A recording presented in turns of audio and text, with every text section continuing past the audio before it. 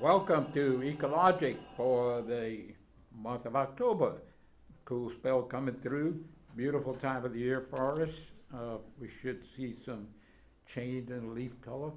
Um, Real good rain last night, so we are fortunate to have as our guest Pat Caffery Jr., whose father was my scoutmaster many years ago.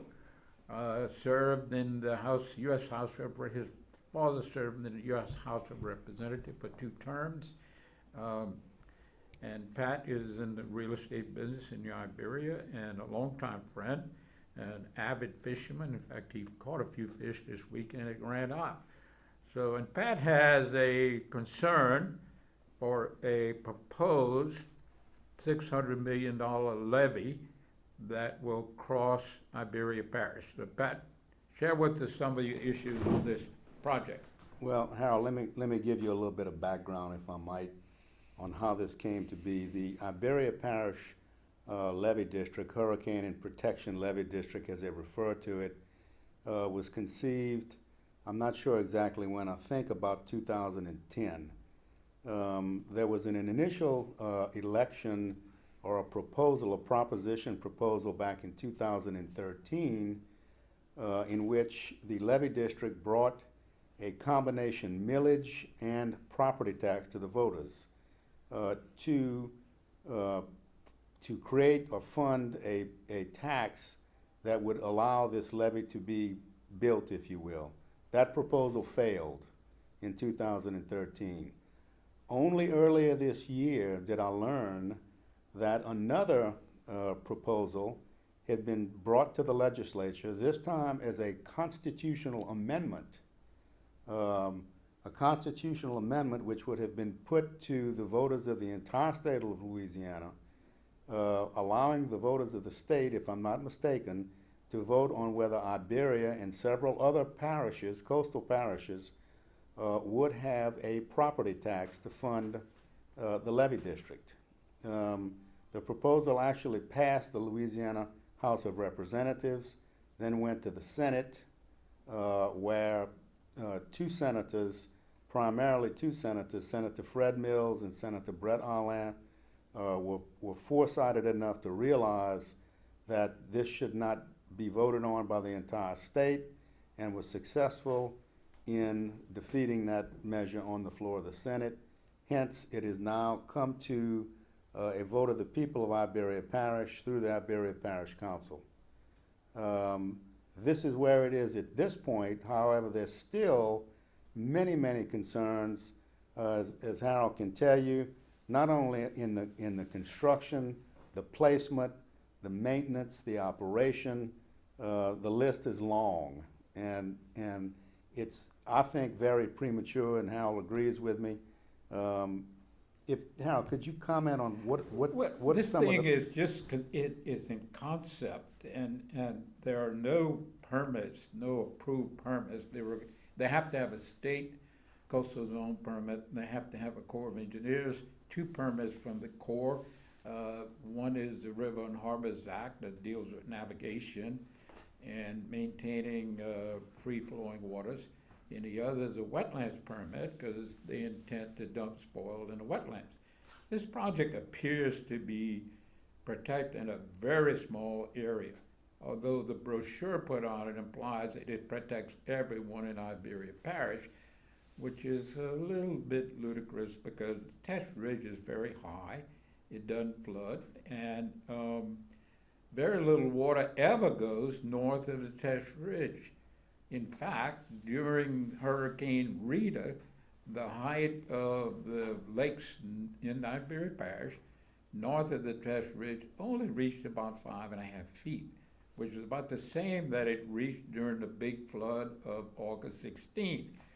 So, and of course that doesn't flood homes at level 5.5. And so this area protects a very small area, and it may not protect it because this project is built roughly at or near the marsh all the way. It doesn't connect to any other levees, so it's kind of a standalone thing that would allow water to go right around it. Vermilion Parish doesn't have a levee that connects. nor does St. Mary Parish, nor do they intend to build any. So this thing stands alone by itself, and this is where nature has blessed that region with well-drained areas. The test ridge is at 20 plus feet, Highway 90 is about 18, and 4 miles to the south is the marsh at sea level. And you're gonna put a levee there that's gonna cause flooding a lot more than it ever cures it. And without, connecting it to other levees or high ground, this is real folly. It has pumps. It's got some interesting aspects. It has 6 navigation gates. These are closed during a storm threat. And of course, they are usually operated electrically, which means that electricity is not real dependable around hurricanes. You have to have backup generators. And you have 4 pump stations. Now the pump stations are bigger than the test vermilion pumps, each one. And of course, they operate electrically, so they have to have backup and so forth. So this is a very expensive project.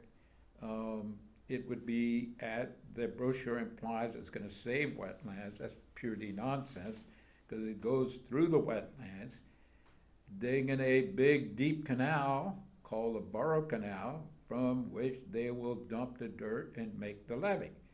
The problem with that is several problems with it. One, if you're just using the material next to the levee to make the levee, in some places it might work very well. But in many places, it is low-density organic material, which will compress very quickly, and it's sitting on low-density organic. When you put the load on it, that will sink too.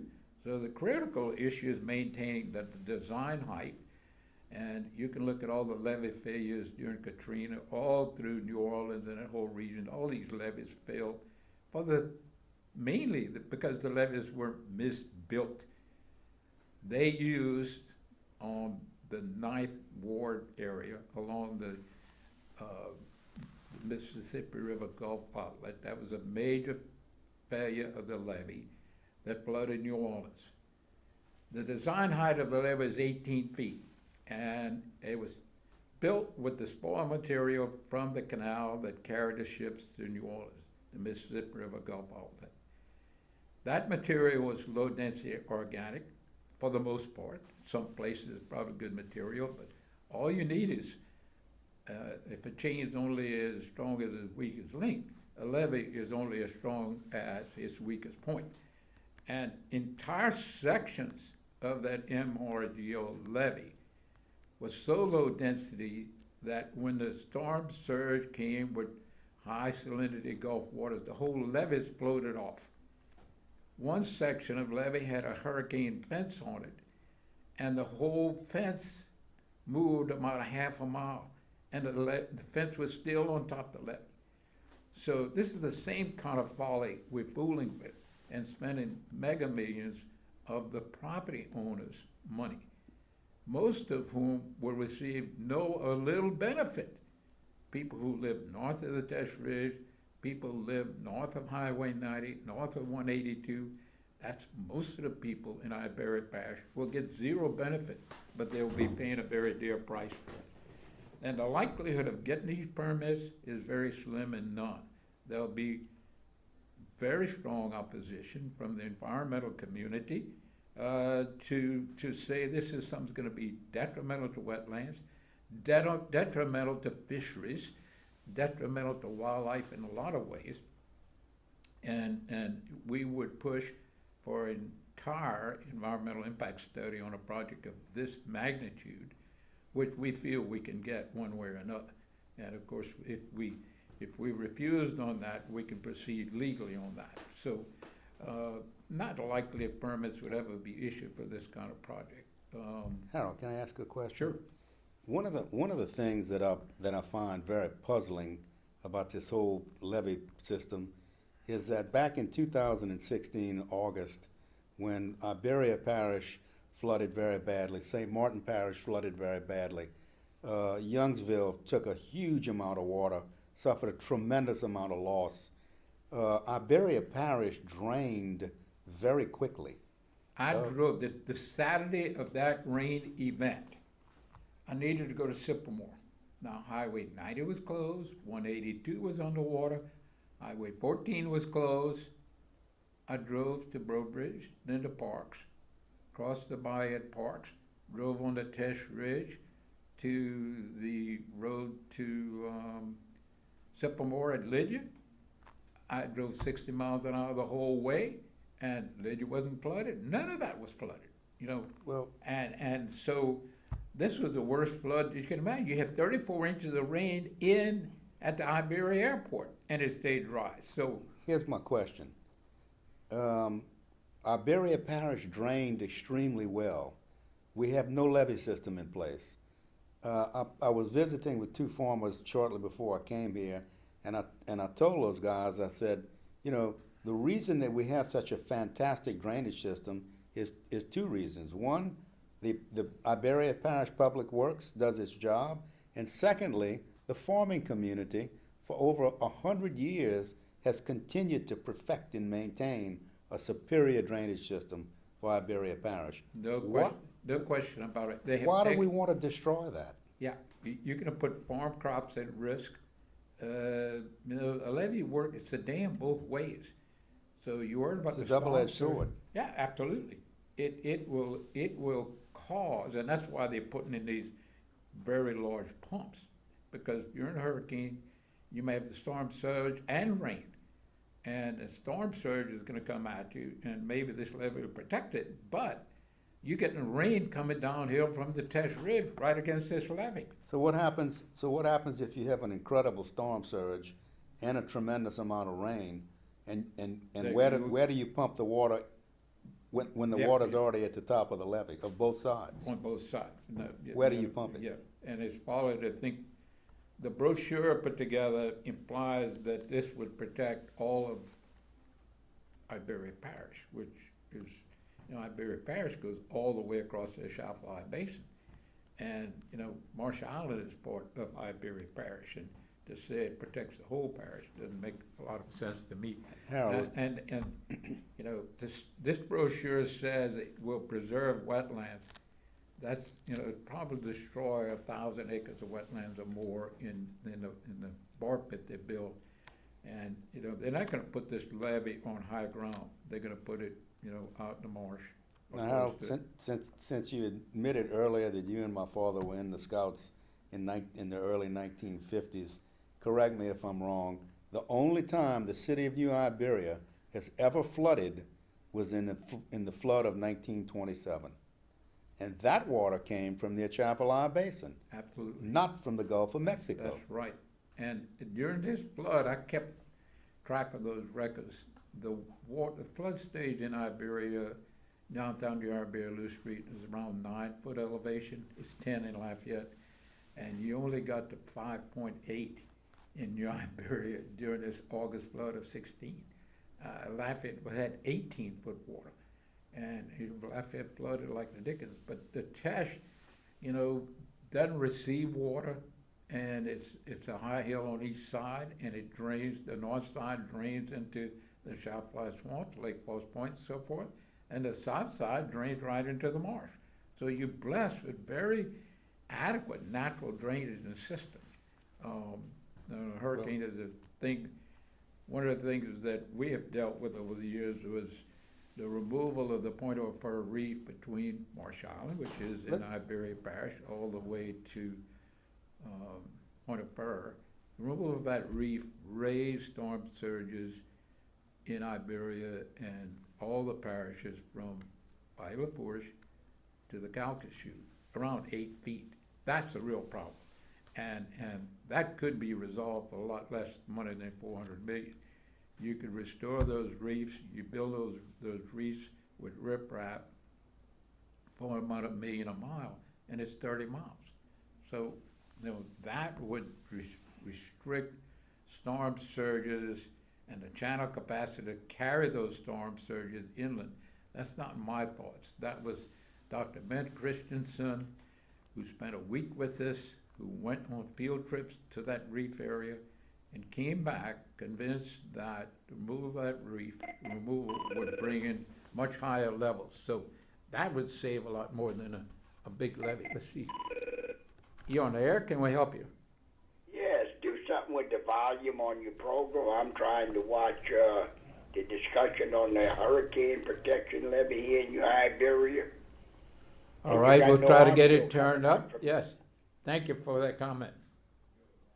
Can you do something to correct it? Yes, sir. We'll. It's almost like they don't have any mics around them. Yes, sir, we're All gonna, right, we're gonna we'll work work on on that. Thank you for calling. Okay, monitor your program so people don't have to call and tell you that. Yes, All right. we'll do that, Mr. So- DeGravel. All right, okay, Thank you, sir. bye. Great. We've had problems before with that low volume issue. Kim, you got that? Okay. Harold, what I was gonna say earlier was that I've told many people, I'm absolutely not against, in any way, shape, or form, coastal restoration. I'm absolutely 100% for coastal restoration. You mentioned earlier that I was an avid fisherman and an avid hunter, and I've hunted and fished from New Orleans, from Grand Isle, Louisiana, to the Texas border. I've spent a lot of time on Marsh Island. I've spent a lot of time on the coast. It's an incredible resource that Louisiana has, and I certainly would never suggest or intimate that it should not ever be preserved. In addition to that, we have to do what we can to protect property, to protect lives, but this is just not the way to do it. No, it's going to cause, the definition of a flood is when the waters, rising waters, goes above the banks. That becomes sheet flow. And sheet flow in a flood is very significant, and of course, a levee blocks sheet flow. And there lies sheet flow, Sheet means flow? it's flowing over the land. Right. You always hear the term of the flood stage. What's the flood stage in Lafayette? It's 10 feet. Now, when it went to 18, the banks of the river is at 10. So when it goes to 18, it's 8 feet, so it's in a lot of people's houses. And so flood stage is very, very critical. And, the coastal zone, flood stage of those rivers is about 5 feet. All that area below Lydia and all that, about 5 foot elevation. So What would it take? What would it take to do some kind of coastal ration that would recreate the reefs that were torn up from Point O'Fair or Point O'Shane? I'm not sure where it started. it starts at South Point. Starts Hey, at- it would take, that's coastal restoration, Louisiana has a plan for it. Dr. Paul Kemp and the oyster specialist, Dr. Lynn Barr, have suggested these things. And the hydrology on that can be easily modeled. The historical channel capacity in that reef system was identical to Southwest Pass. Okay. Southwest Pass is about 100,000 square feet. It's roughly, around 100 feet by 1,000 feet. That's the general capacity of Southwest Pass.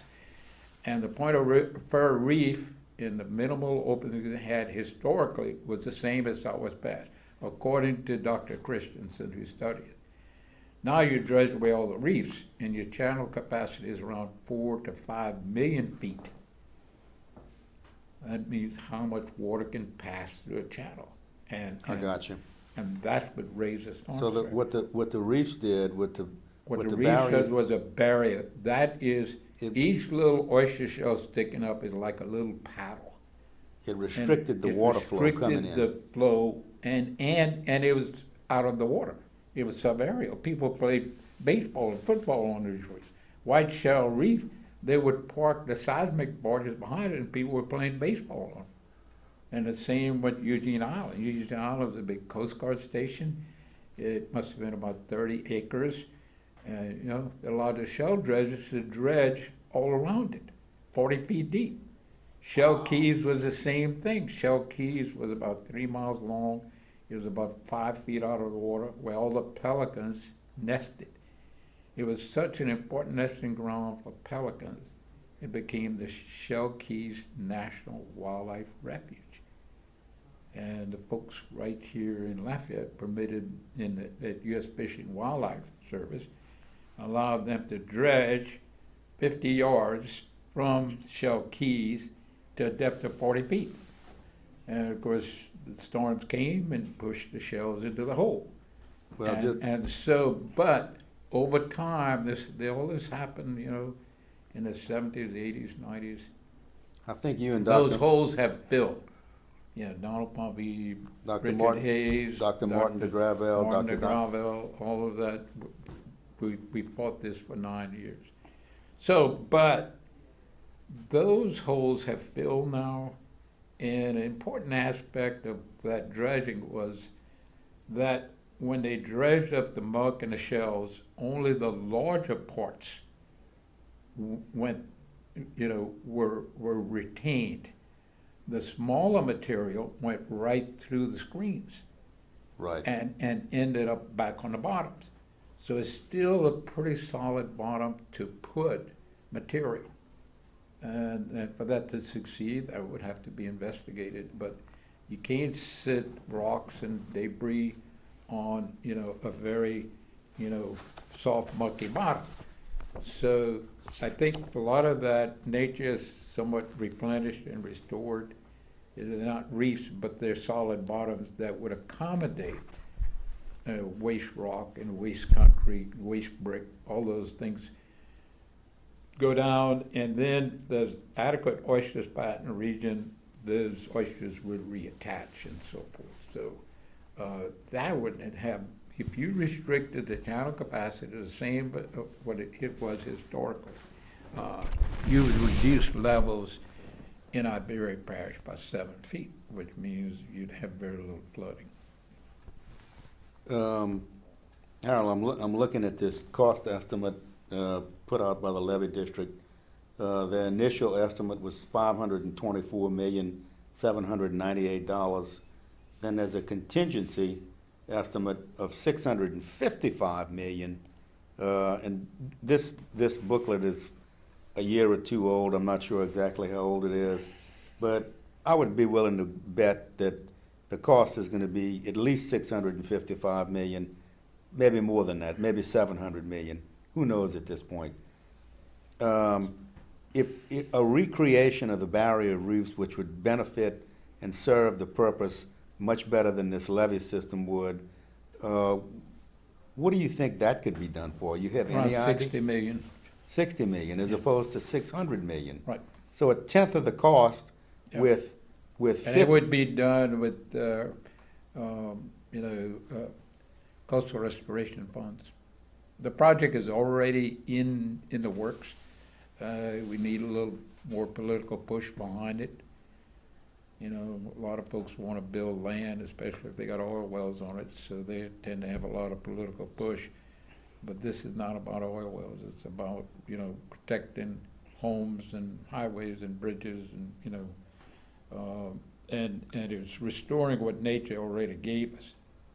So the implementation of the recreation of the barrier reefs, you think would act as a land creation mechanism in addition? It would reduce wave impacts and it would reduce the amount of water that pours in during a hurricane. And it was quite evident. People think that the storm surge in Vermilion Parish, for instance, came from the Gulf North. It didn't. It came from the bay from east to west, which means it came right around Marsh Island. I'll be darned. All the debris and stuff, we have a camp there, and we are due west of the Audubon camp.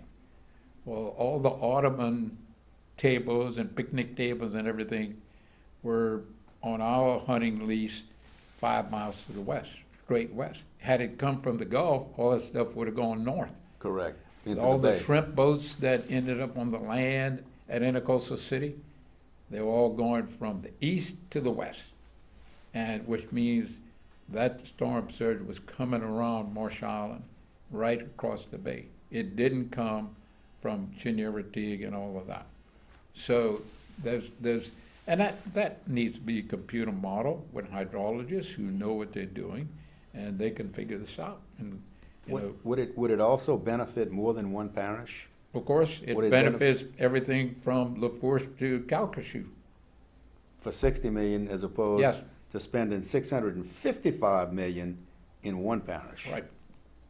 With, You would save Marsh Island on the east side. Now, you know, it's eroding like the Dickens on the east I side. see it constantly. Yeah, and South Point, you know, you go there with a GPS, and when you go to the land, you realize that you're about 2 miles from South Point. From the real sun. From Well, the real, yeah, right. I yeah, actually, yeah. I know exactly what you're talking about. Last time I ran around the East End, it had me running through land, and I was not running through land in my boat. And that's a modern GPS unit That's a that fairly- should be yes. up-to-date maps. Should be. Yeah. Should So be. that would be enormous benefit to that whole region, the Burns Point over by Chevron, all that area, which is pretty much the Schoeffler Delta Wildlife Management Area. Yes. All that area is subject to high erosion that would restore, and of course it'd be very beneficial for fisheries. You know, very beneficial. It'd be very similar to having. One of the important parts of reef is that it reduces tidal exchange, and it reduces the salinity incoming on a high tide. And the whole area is a mixing zone. You don't want a big wide open where the Gulf water on a high tide just all pours into the bay at the same time. The mixing and the reefs played a major role in blocking the high salinity water from pouring into the system. And, you know, it's an amazing process in those estuarine systems. People look at Vermilion Bay and say, God, the water can change pretty quick. The actual exchange rate in those bays is 200 times a year. Vermilion Bay empties and refills completely in 2 days. In 2 days? 2 days. Amazing. So it can go from straight salt water to straight fresh in a couple of days. That's incredible. And that's the whole mixing process. You know, fresh water comes in and people think, well, it's bad for fisheries, you know, so forth, but it's not. But it's a remarkable system, and projects like this kind of scare you because, you know, you got all these drains. You see there are 16 drainage structures, which means that these are coulees and little so forth that feed it in and across the marsh and the wetlands. And they have some very important functions. Shrimp come into the system through those, mullet, you know, juvenile crab, menhaden, all of them use those seemingly unimportant little coulees and streams to get in and out of. But a very important factor also is the decaying vegetation that comes from the fields, it comes from leaves falling on the ground. That vegetation feeds clams and oysters and juvenile shrimp, a lot of things. The clams are super important because, you know, they can't move when bad water comes, and so they need this flowing movement of water, and they eat the same thing oysters do. Now, clams are super important because 2/3 of what crabs eat is clams. So if you whack out the clams and the oysters, you ripen out the crabs. And everything eats juvenile crabs. You on the air, can we help you? Yes, I called a while ago about the volume on your program. Y'all haven't done a thing to fix it. We're working on it, Mr. DeGravel. We got it as high as we can go. Well, I'm sorry, I sir. tell you what, you can't understand a thing Pat in Harold is saying. Uh-oh. And when I switch channels, the other channels blast out my chair. Wow. Well, There's something wrong with your station. we'll get the engineer to work on it. Well, there's something wrong. I've been waiting to watch my boy talk tonight, but I've been ruining my program. Okay, we'll work on it, I All promise right, you. Thank you. Thank you. Thank you. Got it? Decided to go? Okay. So anyway, so anytime you put barriers across these natural systems, you're gonna have a real problem. And it's a problem for water quality, it's a problem for food, for shrimp and all these critters coming in and out of the system and getting fed by all the decaying vegetation that goes into the system. Harold, I have friends in the western part of the parish. You on the air? Yes, sir. I heard this discussion about their proposal, and when it went to the funding part, they said there is government liquidation subsidies to cover this project because it falls under the government, state and government funded proposals. So if there's any issue about this protection levy being funded and there's a hang-up, that can't be, because that money can come from the government through the state legal aid and everything that said that's all already given out for that use. Is that familiar with all? See, I'm talking about that's the roadblock. That shouldn't be an issue with the funding. Sir, let me tell you, this is Pat Caffery Jr. Let me tell you what I know about that. Okay. I attended a public meeting of the Iberia Parish Council where representatives of the CPRA were there, the Coastal Protection and Restoration Authority. And in that meeting, and there is a YouTube video clip that you can actually watch if you'd like to see it.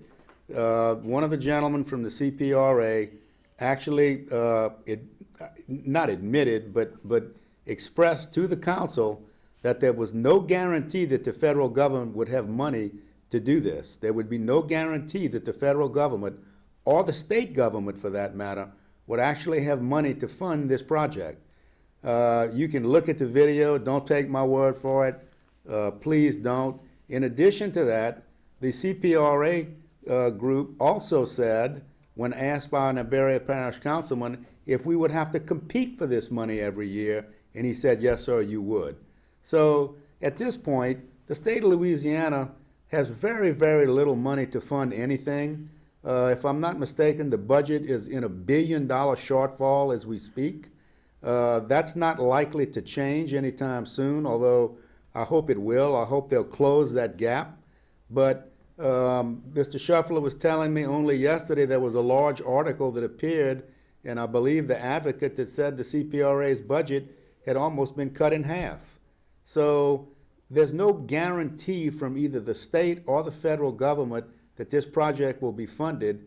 And if it's not going to be funded, number one, why is Iberia Parish so anxious to pass a tax that will cost the property owners, just the property owners, $241,000 a month for the next 30 years? That's my question.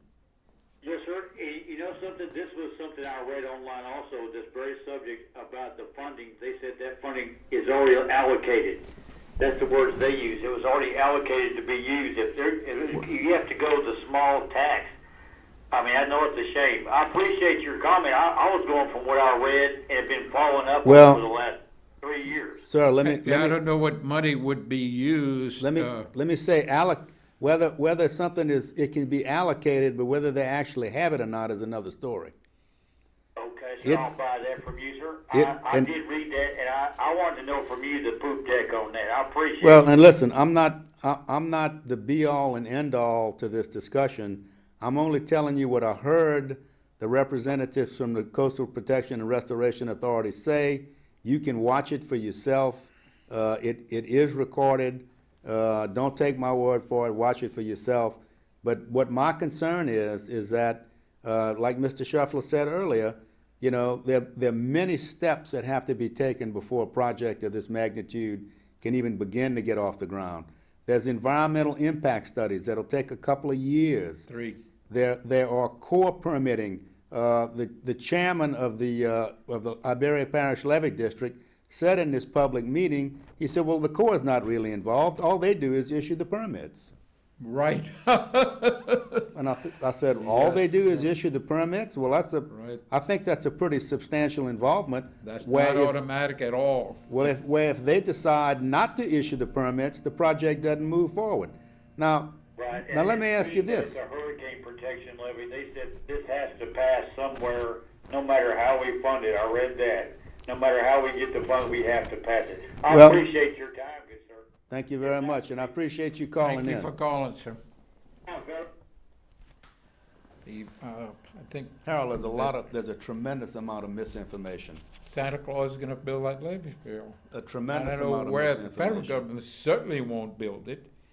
The QIPRA, their funding has been reduced enormously. What is QIPRA? I know QIPRA is Coastal Restoration Protection Act. Coastal Representative. They get about 70 million a year. They've gotten some BP funds, and they were relying on royalties from the wells on the shelf, because deepwater wells don't pay royalties. They were relying on royalties that the state would get 37% of the royalties. And the offshore on the shelf wells are being shut down all across the state. And Chevron's shutting everything down. Hillcore pulling out everything from Eugene Island, from Rabbit Island Field, Mound Point Field, all that's closed. There's not one producing well at Rabbit Island. And Rabbit Island was one of the biggest fields in the state. Not one producing well left. So I think we mentioned earlier that I was at Grand Isle for the last couple of days on a fishing trip, and I think I saw a total of 4 helicopters, one of which was a Coast Guard helicopter. It wasn't even an all field related helicopter. So what does that tell you? That tells you that even at Grand Isle, even at Fouchon, the activity is severely diminished. yeah, that's all shutting down. So that revenue source is, so they got lots of other projects in the mill, and it takes years to get funding for a project like this approved. This has nothing to do with coastal restoration, although the booklet says it does. It's not on the coast. No, it's Not even close to the no, coast. No, it's way inland. It's something that will destroy a lot of marsh and destroy, the integrity of the marsh, how water moves around in it. Water moves under the marsh and over it. The low density material allows water to move freely through it. So when you put a levee across it, you block and stop everything. You're stopping the subterranean flow, you're stopping the whole thing. You on air, can we help you? Well, I'm listening to the show at my house, and the audible part is really messed up. I know everybody else has called it, but you can't understand what Harold Schoeffler and Pat Caffery are saying. Thank you for the comments, sir. We have the equipment turned up as much as it'll go. Thank you. Let's see, we've had that complaint before. Can't tell you what's happening on the program. Well, obviously, the fellow that called in previously could hear it. Yeah, I can't tell you, so. But I think the biggest hassle is they'll have, if they think that, there's money coming through the coastal restoration program, their funding is cut in half. So their projects, and this is not even on the table. I attend all those meetings. A project like this, if they wanted funded, it should be on the list, and then they could expect 5 to 10 years before they get a dime, if it's approved and on the list. This thing has never come up as a coastal restoration protection item, because it really destroys marsh. It doesn't save any marsh. Harold, here's the one other thing I found puzzling for those listening that can actually hear. During the special meeting of the Iberia Parish Council, the CPRA representatives kept stressing that Iberia Parish needed to have, quote, skin in the game. Skin in the game. So my question to them is, Iberia Parish is one small coastal parish in the state of Louisiana. Iberia Parish did not issue the permits that destroyed the barrier reefs. Iberia Parish did not issue the permits that dredged the inland canals to drill the wells, the inland wells that have been drilled for the last 75, maybe 100 years. We didn't issue any of those permits. The state of Louisiana issued the permits. So why are the property owners who had nothing to do with the destruction of the coast or the barrier reefs being called upon to put skin in the game? I think what he's probably referring to is the committees. Each parish has a committee, and some parishes are a lot more active than others. And I know Vermilion Parish has a very active committee, and I don't know whether New Iberia does or not, but I can see a lot of coastal restoration efforts have been made in Iberia Parish. Well, I think what he was talking about was this proposed property tax where they're gonna try to tax property owners to get money from the tax so that they can continue to go out and bond more money and indebt the property owners of Iberia Parish even further. My point is, we did none of the destruction, we did none of the damage simply because we live on the coast. Why are we called upon to pay for damage that we didn't do? Absolutely. We live in the state of Louisiana. We live in the United States of America. The state and federal government allowed those things to occur. Why should we pay damages that we didn't cause? You bring a real important point, is that, you know, this levy will protect a handful of people in a parish, but everyone with property in the parish is gonna pay. People who live on the other side of the basin, you know, there are homes on the other side of the basin, your airport and all that are in Iberia Parish. They're gonna be paying for something they'll never get benefit.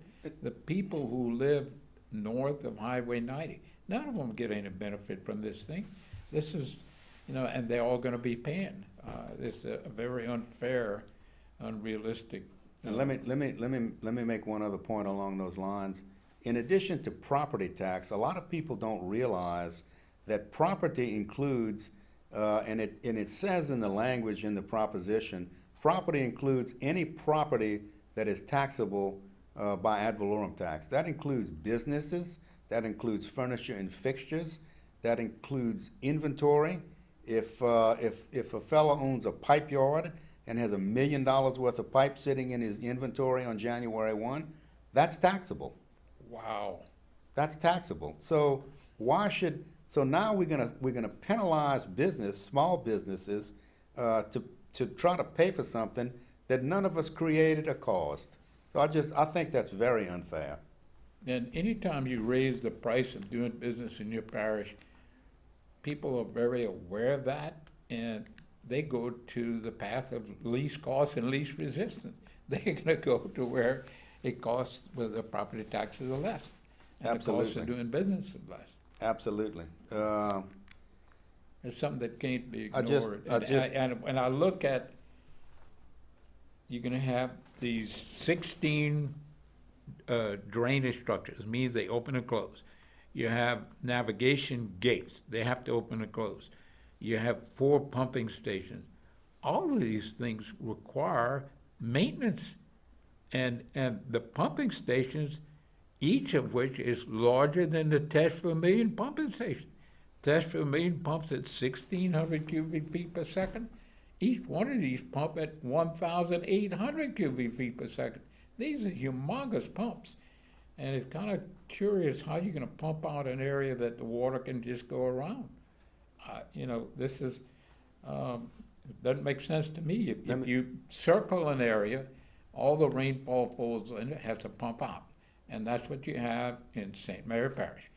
You have, Franklin is in a ring levee, Patterson's in a ring levee, Morgan City is in a ring levee, and so is Bay Sally. And they all have pumps. And the problem with some of these things, when the levee is overwhelmed, the pumps are inadequate. And so you have, but these things require enormous amounts of maintenance. You know, you don't use them that often, and somebody's got to, just what New Orleans found out. You know, they have all these pumps in New Orleans. New Orleans is ring levee, it's circle around. And if somebody's not really maintaining the pumps, when you really need them, they don't work. Why New Orleans went underwater a couple months ago because half the pumps didn't work. And so you tie, these pumps are electric, you know, power fails during a hurricane. So now you depend on starting generators to provide the power. And is the diesel fuel adequate? Is that system? So you got a lot of, when the need is really there, you depend on those pumps, they could fail. They Well, require it's a system that depends far too much on man to do his job, when nature can do the job automatically, and is doing the job automatically. That's right. The fact that most of the Iberia didn't flood during August 16th tells you that nature is doing its thing pretty well. It's hard to beat Mother Nature. And you can look at now new homes that have been built around Lydia and all that area. You can see they're being raised, they're being elevated, they're being put on little hills. As they should be. That they should be. Yeah. That's much less costly than spending $400 million on a $600 million. And I can tell you, I would be very much in favor of helping those people raise their homes. Very much in favor of that. As most of those homes have been, you know, they have been raised. So, Well, and this implies that it's going to lower insurance rates. I doubt if they'll be able to come up with any kind of hydrologic computer model that shows that anywhere will be less flooding because of this project. well, my understanding is that FEMA bases its insurance rates on elevation. For sure. So, and I may be incorrect about that. I'm not the expert on what FEMA does or doesn't, but I would think that if somebody built at a 1 foot elevation and had a levee surround them, there's always a chance that a levee could fail. So, seems reasonable to me that FEMA might say, that's great, you got a levee, but you're at 1 foot elevation. We really think you need to have flood insurance. Sure. Yeah. I mean, yeah. that Yeah. I don't know what FEMA would say, but And that it would is seem all logical. about elevation. And, you know, when you're contemplating buying a lot or buying a home, that's a very cheap engineering issue to determine the elevation. And it's pretty easy to go to the parish or to the county agent or to various agents. Any highway department will tell you all about elevation. Well- Every culvert has an elevation number. You want to buy a house and it's on a state route, locate a culvert and check the bottom of it. They'll know exactly that elevation and you compare it to where you want to buy a house. That'd be like saying, just because you wear a seatbelt, you're guaranteed not to get killed. Right, yeah. If you have your seatbelt on, you're never gonna get killed. So if you have a levee, you're never gonna flood. I can't buy that. No, that's the, you know, and look at, you know, Patterson, well, for instance, by Sally, the levees have been overcome, and then they stuck with water for 3 or 4 weeks rather than 3 or 4 hours. 3 or 4 hours. You know, whole place is flooded because the levee was topped. The levee didn't fail, but they were topped, which fills up a big bowl. And the hurricanes are a real mean thing. And I guess when you look at what's the real solutions for Iberia Parish, those homes that are at the low elevation should be brought up to 14 or 15 feet. Storm surge during Rita was right at 14, so that kind of tells you what it was. Everybody knows what those storm numbers are, those surge numbers. But restoring the Pointe-à-Fer reef would lower those water levels 6 to 8 feet for probably 1/10 of the money this project would cost. And it would benefit a whole entire area. Terrebonne, parts of Lafourche, St. Mary, Iberia, Vermilion, probably the southern parts of Lafayette, and most of Cameron Parish would benefit from that project. Harold, I had a conversation, a very, very recent conversation with a representative of the Vermilion Parish Council who tells me that only a month ago, Vermilion Parish passed a resolution in a council meeting, and he promised to send me the resolution that they were not going to do anything. They were going to study this situation. It seems like they've hired an independent firm from Baton Rouge to study the situation. The study was going to take about a year and then give them back a report to see whether a levee would even be feasible in Vermilion Parish. One of the arguments I've heard over and over and over again is that if Vermilion builds a levee and St. Mary builds a levee and we don't build a levee, we're going to be a funnel. Well, how about if we build a levee and Vermilion doesn't and St. Mary doesn't? Then what happens? We've spent hundreds and hundreds of millions of dollars of taxpayer money and the water goes around it. Yeah, it'll go around both sides. There's no question about that. So Vermilion has not absolutely committed to do this. They may not ever commit to do it. So why are we passing a tax on the property owners of Iberia Parish when there's been no commitment from the Corps of Engineers? There's been no environmental impact study. There's been no absolute in-writing commitment that I can see from either St. Mary or Vermilion Parish. I just think this whole thing is very premature and is going to cost the taxpayers, the property owners who are taxpayers, as well as people who rent buildings, rent their homes. Those landlords are going up if there's a tax increase. They have to. Yeah. They have notes, they have obligations to cover. If they get taxed more, they're gonna go up on the people that rent a lease. It's that simple. There's so many facets to this thing that have not been explored, have not been discussed. I really don't understand it. We have the TV program on. That was a call somebody, one of the fishermen called, and he's on the levee board, as Jody Mesh called. He's on the Schoeffler levee board, so they deal a lot with these issues, you know.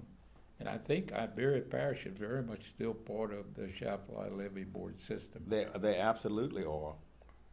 And I think the difference in what this levee is proposed and the Schoeffler levee is, the Schoeffler levees control rising and falling water. From the river. From the river, Yep. which is very predictable. Oh, yes. And it's very controllable. Yeah. It's not a surge that's unpredictable and uncontrollable by, say, a Category 5 storm. I think that's what the difference is. Yeah, definitely. And, you know, one of the big concerns is we lose marsh. The prediction is that the storm surges will get higher. It's not just marsh we lose, and you know, and we look at subsidence is dramatic. And I was looking at the numbers for the area from the Schoeffler River to the Mississippi, Terrebonne Parish, LaForest, Plaquemine Parish. That area is sinking at 25 to 35 millimeters a year. You're talking about 3 or 4 inches a year. And this is something that, you know, is a geologic fact. The studies, the LSU did a study on that in the 60s, and they looked at the subsidence of, they looked at the level of material that came down to cover the Gulf of Mexico.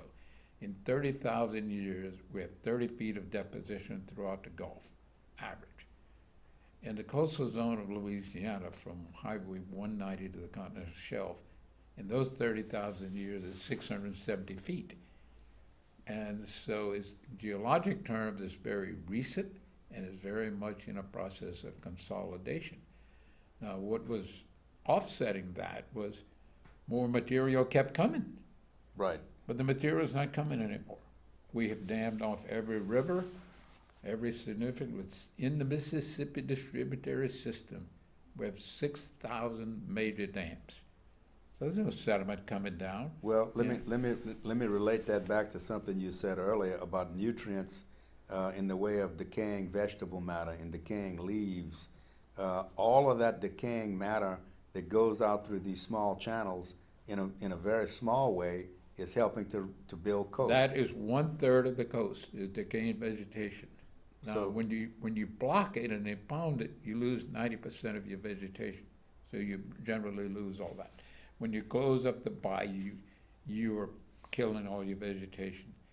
And whether you dam a river in Montana or a bayou in Louisiana, the result is the same. You turn the bayou into a lake.